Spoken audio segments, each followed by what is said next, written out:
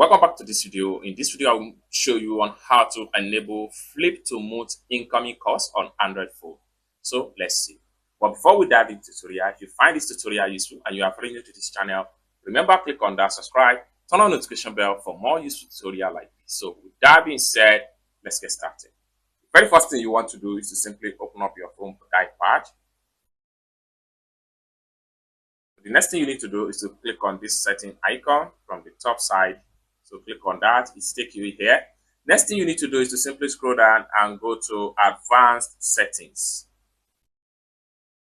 It take you right here. Next thing you need to do is to simply scroll down all the way down and look for flip mode.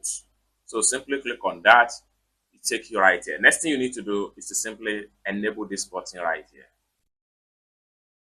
It's as simple as that. By turn on this particular button, it simply means that each time any incoming call is coming and you don't want the call to disturb you, what you need to do is to just flip your phone and the incoming ringing volume is going to mute automatically.